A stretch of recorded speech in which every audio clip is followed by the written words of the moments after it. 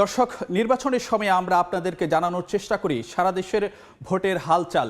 এবং গতকাল আমরা ঢাকার একটি আসন নিয়ে কথাবার্তা বলেছিলাম। আজ আমরা ঢাকার আরেকটি আসন নিয়ে আলাপ আলোচনা করব এবং একই সঙ্গে ঢাকার বাইরেরও বিভিন্ন আসনগুলো সম্পর্কে বা সার্বিক নির্বাচনী প্রস্তুতি সম্পর্কে আমরা আপনাদের জানানোর চেষ্টা করব। আজ আমরা যে আসনটি নিয়ে আলাপ আলোচনা করব সেটি হলো ঢাকা ৭ আসন। তবে তার আগে আমরা একটু সার্বিকভাবে এক নজরে নির্বাচনের যে সার্বিক পরিস্থিতি সেটি একটু জেনে নিতে চাই। জাতীয়ভাবে আসলে যে নির্বাচনের মানে কোন দিকে যাচ্ছে বা দলগুলোর প্রস্তুতি সেটি যদি আপনাদেরকে একটু জানাতে চাই। নির্বাচনের প্রস্তুতি যেমন একসঙ্গে চলছে, ঠিক একইভাবে আসন সমঝোতা নিয়েও কিন্তু যে দলগুলোর মধ্যে নানা রকম বৈঠক আলোচনা এরকম চলছে।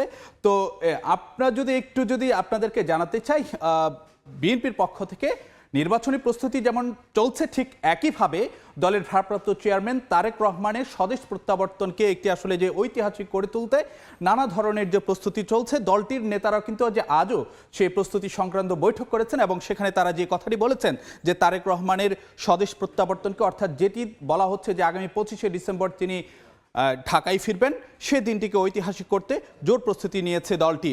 এবং একই সঙ্গে আজকে কিন্তু যে বিএনপি মনোনীত প্রার্থীদের সঙ্গে দলটির শীর্ষ নেতারা বৈঠক করেছেন এবং সেই জায়গাতে তারা প্রার্থীদেরকে নানা ধরনের দিক নির্দেশনা দিয়েছেন, নির্বাচনের প্রস্তুতির বিষয়ে দিয়েছেন এবং কী রকম কৌশল হবে সে বিষয়েও নানা ধরনের দিক নির্দেশনা দিয়েছেন দলের মনোনীত প্রার্থীদের। এবং পরবর্তী যে বৈঠকটি সেটি আগামী শনিবার হওয়ার কথা রয়েছে। এবং অন্যদিকে বিএনপির সঙ্গে যোগপথ আন্দোলনের যেই শরিকরা ছিলেন তাদের আসন ছাড়ের বিষয়ে আগামীকাল সিদ্ধান্ত আসতে পারে এবং শরিক দলের প্রার্থীরা বা শরিক দলের নেতারা যে প্রত্যাশাটি করছেন যে আসন সমঝোতা সেটি আসলে যে সম্মানজনকভাবে হবে। অন্যদিকে আজকে কিন্তু যে নির্বাচনী প্রস্তুতি এবং যে নিরাপত্তার বিষয়ে কূটনীতিকদের ব্রিফিং করেছে পররাষ্ট্র মন্ত্রণালয়। এবং অন্যদিকে লক্ষ্মীপুরে ভোটের অনুষ্ঠানে বিএনপি ও ইসলামী আন্দোলন সমর্থকদের মধ্যে সংঘর্ষ হয়েছে এবং সেখানে 5 জন আহত হয়েছেন।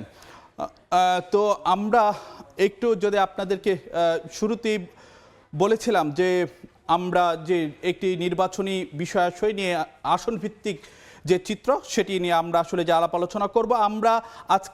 আমরা জানি যে ঢাকা জেলায় মোট 20টি আসন রয়েছে। তো সে জায়গায় আমরা আজকে যে আসনটি নিয়ে আলাপ আলোচনা করব সেটি হলো যে ঢাকা 7 আসন নিয়ে। আমরা যদি একটু আপনাদেরকে জানাতে চাই যে এই আসন যদি আপনাদেরকে জানাতে চাই যে ঢাকা 7 আসন সেটি কোতোয়ালি, তারপর কোতোয়ালির থানার একাংশ, কামরাঙ্গীর চরের একাংশ এবং লালবাগ, চকবাজার ও বংশাল এই থানাগুলো নিয়ে কিন্তু যে এই আসনটি গঠিত হয়েছে। আমরা একটু ভোটের হিসাব নিকাশ যদি আপনাদেরকে জানাতে চাই, এই আসনটিতে মোট ভোটার রয়েছেন 3,43,089 জন ভোটার। এর মধ্যে পুরুষ ভোটার রয়েছেন 1,80,638 জন আর নারী ভোটার রয়েছেন 1,62,450 জন। তৃতীয় লিঙ্গের ভোটার রয়েছেন 1 জন। আর এই আসনটিতে মোট ভোট কেন্দ্র রয়েছে 125টি আর মোট ভোট কক্ষের সংখ্যা 767টি। তো এই যে ঢাকা 7 আসনের কথা আপনাদেরকে যেটি বলছিলাম, সেই ঢাকা 7 আসনটিতে আসলে যে যদি আপনাদেরকে জানাতে চাই যে কারা আসলে যে আসনটিতে মনোনীত প্রার্থী বা ভোটের লড়াইয়ে নামছেন। বিএনপির পক্ষ থেকে যাকে মনোনয়ন দেওয়া হয়েছে তিনি হলেন যে হামিদুর রহমান হামিদ। তিনি বিএনপির কেন্দ্রীয় নির্বাহী কমিটির একজন সদস্য এবং এর আগে তিনি ঢাকা মহানগর দক্ষিণের যুব দলের সভাপতি হিসেবে দায়িত্ব পালন করেছেন, ছাত্রদল এবং যুব দলের কেন্দ্রীয় সহ সভাপতি হিসেবে কিন্তু যে তিনি অতীতে দায়িত্ব পালন করেছেন। অন্যদিকে জামায়াতের প্রার্থী হিসেবে যাকে মনোনয়ন দেওয়া হয়েছে তিনি হলেন হাজি মোহাম্মদ এনায়েতুল্লাহ। হামিদুর রহমান হামিদ এবং হাজি মোহাম্মদ এনায়েতুল্লাহ দুজনে কিন্তু যে প্রথমবারের মতন এবার নির্বাচন করছেন। আবার অন্যদিকে এনসিপি থেকে যাকে মনোনীত করা হয়েছে তিনি হলেন তারেক আহমেদ আদিল। তিনি অবশ্য যে একটি সময় যে জাতীয় পার্টি করতেন এবং সেই দলটি থেকে লাঙ্গল প্রতীক নিয়ে তিনি আগে নির্বাচনও করেছেন। এবং অন্যদিকে ইসলামী আন্দোলন বাংলাদেশের তরফ থেকে যাকে মনোনয়ন দেওয়া হয়েছে তিনি হলেন আব্দুর রহমান। তিনি এর আগে সিটি কর্পোরেশন নির্বাচনে কিন্তু যে দলটির প্রার্থী ছিলেন। তো একটু যদি আপনাদেরকে এই ঢাকা 7 আসনের আসলে যে সার্বিক অবস্থা কি, একদিকে যেমন রয়েছে সরু রাস্তাঘাট, যানজট, গ্যাস সংকট, জলাবদ্ধতা, নানান রকমের নাগরিক দুর্ভোগী আসনটিতে রয়েছে। আবার প্রার্থীরাও দিচ্ছেন নানান রকম প্রার্থী। এ নিয়ে আমাদের একটি প্রতিবেদন রয়েছে, দেখে তারপর আবার ফিরছে আলোচনায়। দেখে নিচ্ছি প্রতিবেদনটি।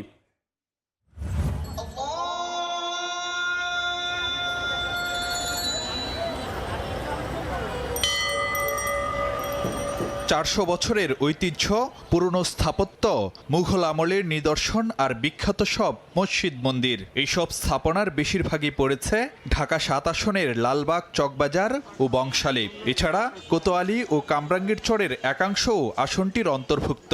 বুড়িগঙ্গার তীরে গড়ে ওঠা এই অঞ্চল ব্যবসা বাণিজ্যেরও অন্যতম কেন্দ্র। অতীত ঐতিহ্য থাকলেও এখন অজস্র সমস্যা সংকটে জর্জরিত পুরান ঢাকার এই এলাকাগুলো।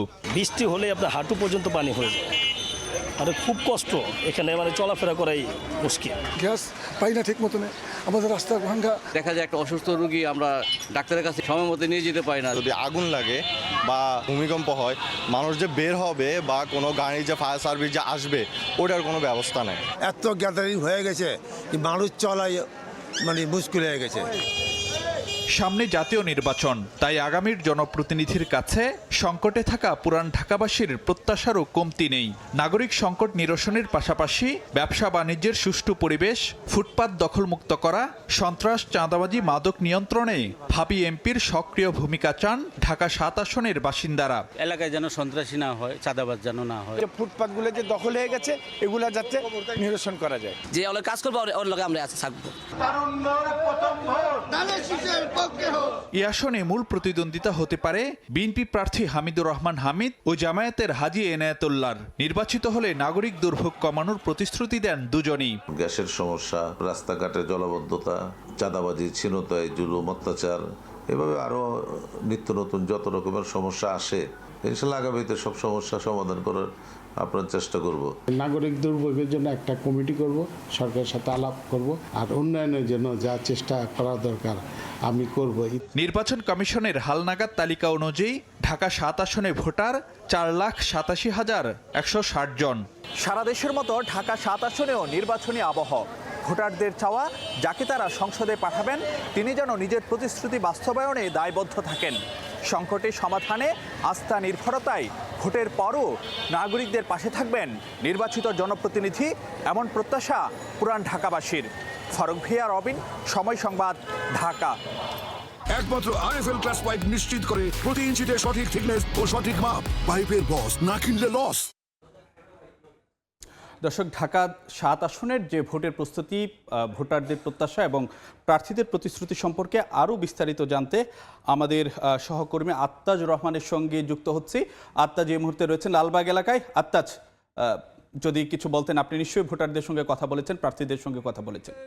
ঢাকার 7 আসন লালবাগে অবস্থান করছি। ঢাকার 7 নম্বর আসন, ঢাকার 7 আসনটি লালবাগ, চকবাজার, বংশাল এবং হচ্ছে কামরাঙ্গীরচরের আংশিক এবং কোতোয়ালি যে এলাকাটি রয়েছে সেই এলাকার আংশিক এলাকা নিয়ে গঠিত। ঢাকার 7 আসন এলাকায় বিএনপি মনোনীত প্রার্থী, যদিও দ্বিতীয় ধাপে বিএনপির প্রার্থী ঘোষণা করা হয়। বিএনপি মনোনীত প্রার্থী হয়েছেন হামিদুর রহমান হামিদ, জামায়াত ইসলামের প্রার্থী হাজী এনায়েতুল্লাহ, আর এনসিপি অর্থাৎ জাতীয় নাগরিক পার্টি থেকে এখানকার প্রার্থী ঘোষণা করা হয়েছে তারেক আহমেদ আদেলের নাম। এখানকার ভোটার রয়েছে, ঢাকা 7 আসনের ভোটার রয়েছে 4,87,160 জন।